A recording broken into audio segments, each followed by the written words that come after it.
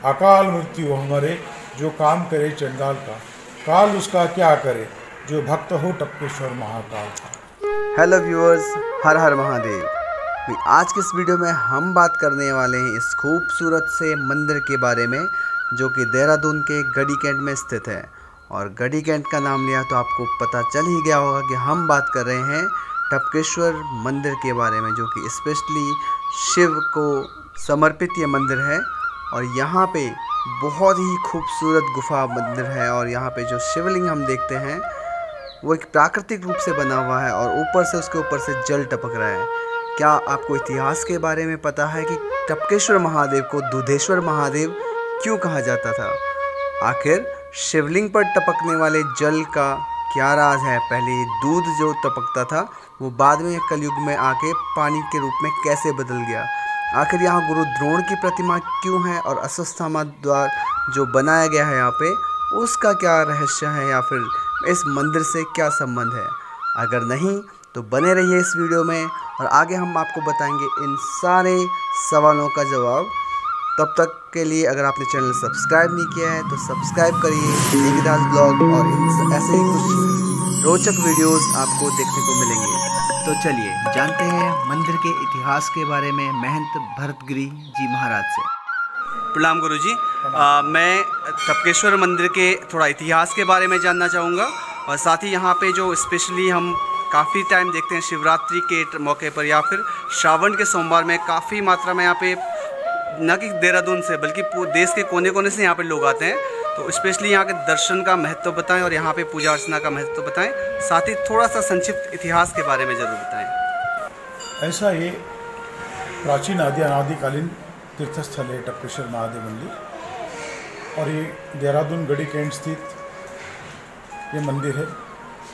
और ये देवभूमि है और इस देवभूमि पे जिस दौरान देवता लोग जागृत अवस्था में रमन भ्रमण किया करते थे उस दौरान देवता लोग इस गुफा में आके भगवान शिव का ध्यान किया करते थे। जब जब उन पर कोई विपदाई संकट आया तब वो भगवान शिव की शरणागत हुए और भगवान शिव ने उनकी सदैव रक्षा की और उनका कल्याण किया और प्रसन्न होकर देवताओं को भूमार्गों से प्रकट होकर देवेश्वर के रूप में उन्हें दर्शन दिए, अनेकों बार उनको दर्शन दिए।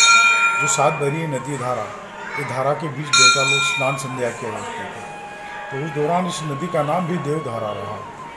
और उसके बाद यहाँ ऋषि लोग आए और ऋषियों ने भी आके भगवान शिव की तपस्या की, क्योंकि ऋषियों की ये तपोभूमि है उत्तराखंड। तो उनकी तपस्या से भगवान शिव प्रसन्न हुए और उन्हें भी भूमार्ग से प्रकट होकर तपेश्वर के रूप में दर्शन दिए और उनका अनेकों बार कल्याण किया। गुरुजी, जैसे कि हम देखते हैं बाहर ना हम द्रोणाचार्य की भी प्रतिमा लगी हुई है, उससे जुड़ा हुआ थोड़ा इतिहास बताएं उसके बारे में प्लीज। उसी दौरान महाभारत की दोनों सेना के कुलगुरु आचार्य द्रोण पूरे हिमालय वर्ष का भ्रमण करते हुए वो भी इस गुफा में आए और उन्होंने भी महाभारत से पहले 12 साल तपस्या की। उस दौरान उनके साथ उनकी पत्नी भी थी सेवारत माता कृपी।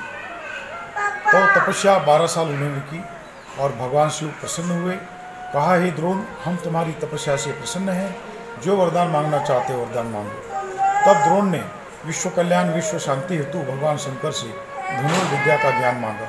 कहा जाता है भगवान शंकर रोज मध्य रात्रि को भूमार्ग से प्रकट हुआ करते थे और आचार्य द्रोण को अस्त्र शस्त्र के बारे में रोज एक अध्याय यहाँ पढ़ाया करते थे। ऐसा करते उन्हें संपूर्ण धनुर्विद्या का ज्ञान भगवान शंकर से यहाँ प्राप्त हुआ। बाद में उन्होंने अपने शिष्य कौरव पांडवों को भी इसी क्षेत्र में प्रशिक्षित किया एवं दोनों सेना देहरादून में ही इसी क्षेत्र में तैयार की। और द्रोणपुत्र अश्वत्थामा उनकी जन्मस्थली और तपस्थली भी इसी गुफा में उनका जन्म हुआ और उन्होंने भी दूध हेतु भगवान शिव की 6 मास तपस्या की, क्योंकि उनकी माता कृपी को दूध नहीं था।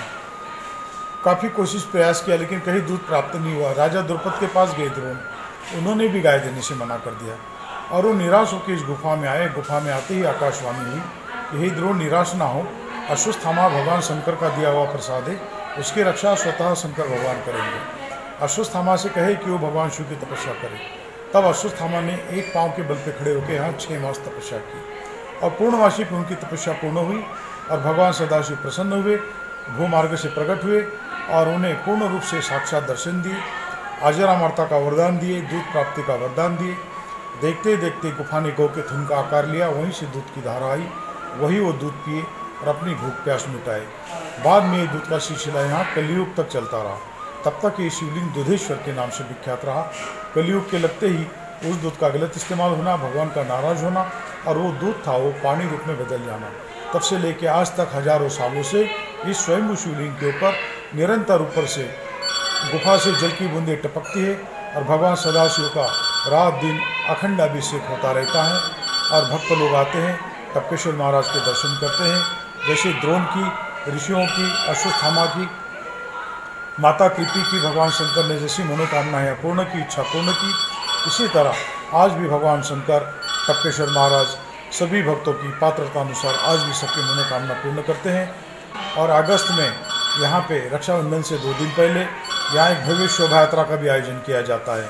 तो उसमें भी पूरे भारतवर्ष से भक्त लोग आते हैं और यात्रा का आनंद लेते हैं। 21,000 लोगों को भंडारे का भी भोग लगता है। भक्त लोग प्रसाद भी ग्रहण करते हैं और टपकेश्वर महाराज का आशीर्वाद भी प्राप्त करते हैं।